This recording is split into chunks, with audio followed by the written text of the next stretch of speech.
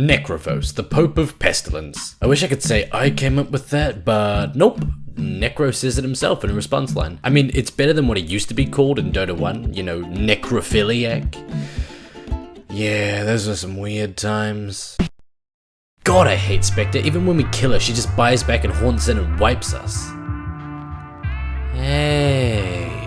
Necrophos is an amazingly fun hero to play against literally all strength heroes. Two of his spells aren't static damage amounts but are a percentage based degen aura and nuke, perfect against those pudges with 15,000 flesh heat charges. So let's see who Necrophos struggles against in our power pyramid. The tier 1 counters are any hero with the ability to save an ally from Necro's Reaper's Scythe, like my boy Oracle. I know I'm supposed to be on Team Necro for this guide, but god damn, Oracle's a cool hero. Also up there are SD, Chen, OD, maybe TA if you're not paying attention, a second tier, any hero with magic resistance built into their kit, as well as anyone who picks up Pipe of Insight and Glimmer Cape. Third tier are just mana burners. Necro's fine with mana mostly, but it doesn't take much to burn enough mana to make it impossible for Necro to cast his ult in fights, considering it's 500 mana. Speaking of your ult.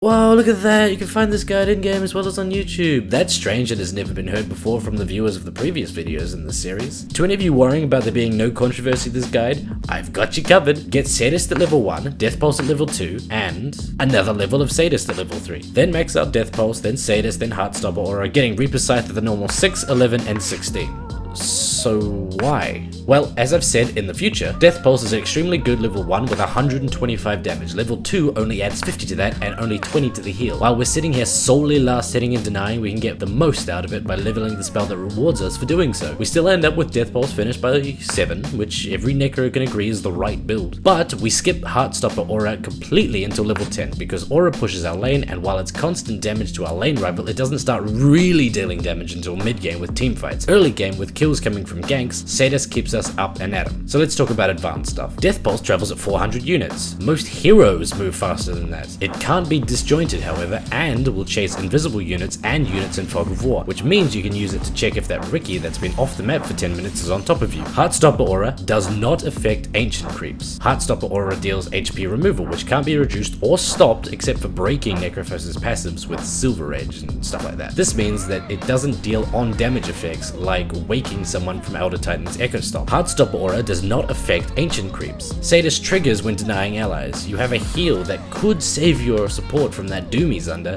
but you could always just Reaper's Scythe can instantly kill a hero as soon as their health is below 31%, 36%, or 40% depending on the level of Reaper's Scythe. Oh, and I think I forgot to say, Heartstopper Aura does not affect ancient creeps. Necrophos is an intelligence hero who has a heal. That means he's a support. So start off the game with 8 Observer Wards, 3 Couriers, and 2 sets of Tangos that you share with any carry who wants it, is what I'd say if I was a complete moron when it comes to Dota.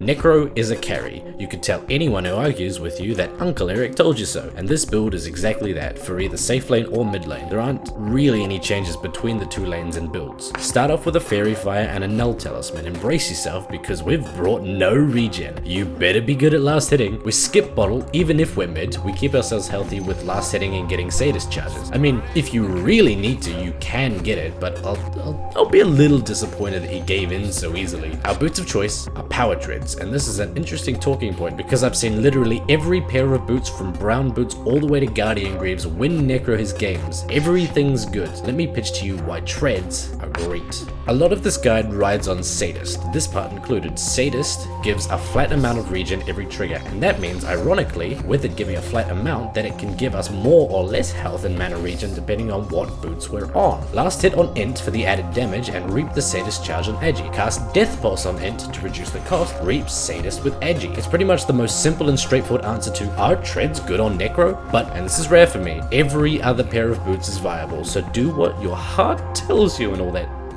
sappy shit. After boots we go 4 stuff because Necro is slow and has no initiation or escape if he needs to chase or run away. You could go blink here too, but I prefer 4 stuff. Then we get our first core item in Blade Mail. I used to absolutely hate this item. It was the antithesis of the way I've always played my own style of Dota. Wait, you're telling me you have to take damage in order to deal damage to any enemy? But 6.87 really changed everything. Blade Mail, as of right now before 6.87b, is in my opinion opinion, too powerful. And what better hero to test it out than my boy Necro? He's an int carry who wants to be in the middle of fights. In fact, other than Death Prophet, he's the only hero like that. And Blade Mail is pretty much the most powerful when it's in the hands of an int hero. 22 damage and 10 intelligence is 32 damage from a 2,200 gold item. That's more than Crystallis if you forget about the critical strike. And that's just a bonus considering you don't buy it for the damage or the armor or the int. You buy it exclusively for the active. Believe me, as a guy who hates Blade Mail is the best item for Necrophos. We follow up with Veil using that null telly we still have because again, you're in the middle of all these fights and have,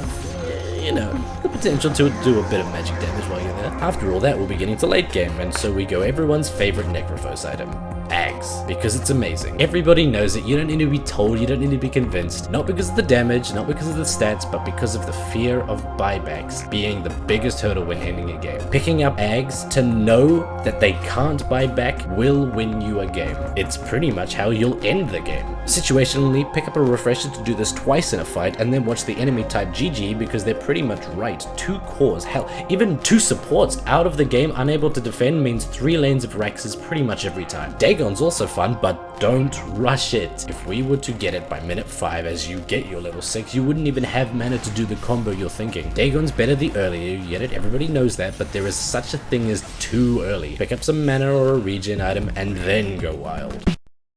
I know I said Sadist first, but head down to contest the rune before you level something. If there's a clash, 100% of the time you get your death pulse. It is a 125 damage AoE nuke, which is one of the highest damage nukes in the game, level 1. But more than that, it's 195 health difference because it's also healing you. And you should think of it as exactly that, a spell that makes the gap between your ally's health and the enemy's health 195 HP larger. Or you can be an idiot like me, level up Sadist right out of the gate and stumble around aimlessly to walk into getting first blood, like this clip. After the rune, head to your lane. I don't know if I prefer safe or mid, both are fine, both are great. Focus only on getting last hits and denies. Don't even worry about any minute harass you're taking. You'll get it back. Just tune out all of the spell spam and channel your inner burning. Don't go out of your way, but if the enemy comes to you, in range of your Q, cast it. You don't have to commit to getting kills, but if you've managed to get him relatively low by your level 6, then go full berserk mode. Run at him, Q him, whack him, and ultimately ult him. Congratulations, you have won your lane. Necro was awful at taking towers, so unless it's already nearly dead, head off to another lane when your ult's up and win their lane for them. If they've got pushing potential, take that tower down. Just constantly push, then go off to farm, then fight, then farm. Sadist will always keep you healthy. Before long, you'll have Blade Mail and Veil, and at that point, even with ult on cooldown, you can walk into 5-on-5s and end up having a good 50 or so Sadist charges from a good 5 or so enemies finding you.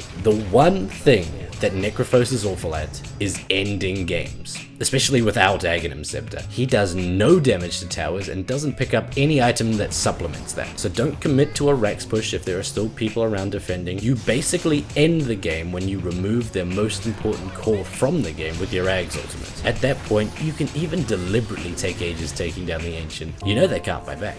You know they're watching helplessly, twitching and darting their eyes between the ancient health and the respawn timer. Or, alternatively, you can not be a dick like me and just end fast. Either. Good luck, and have fun. And with that, we wrap up the month of April. This was an extremely successful month of content, 100% because of you. I didn't do anything. You are the guy who enjoys these videos so much he only stops watching them because they end. This guide was half written before 6.87 was released, and then I just went back and changed things to make it fit the meta. Now I have to go out and actually learn how to play heroes for this patch. All of my favorites I've made guides for, except for Oracle. That mountain of a video won't be done for a few months. You'll see why when it's done. Currently we're looking at about 40 minutes of content. This guide was brought to you by my pledges. They include Brandon Koo, Dota 2 Noob, Free Kill, Machin Van Galen, Matt Masters, Apfos, Zedclaw, Wooshbar, Spartan Wolf, Pearson Newborn, Michael Robb, Chet Kanan, Simon, Jandelbar's Evil Motherfucking Jellyfish, Aaron Tang, Jacob Miller, Mobius, Grumpy Bear, Lord Herbert Nini Bottoms, Chestnut, Yabos McGee, Aldous DeSanto, Adam Sienna, Tsunami Shadow, Gregulus, Green Leaf Shank, Luca Droppers, Joy Deludens, Wing Mutton Thoreau, Max of S2D, Troops Johnbone, Milo Cott, and Rhett Mitchell. If you want your name here too, or you just want to give me your precious money, well-being, and belongings, check out my Patreon page.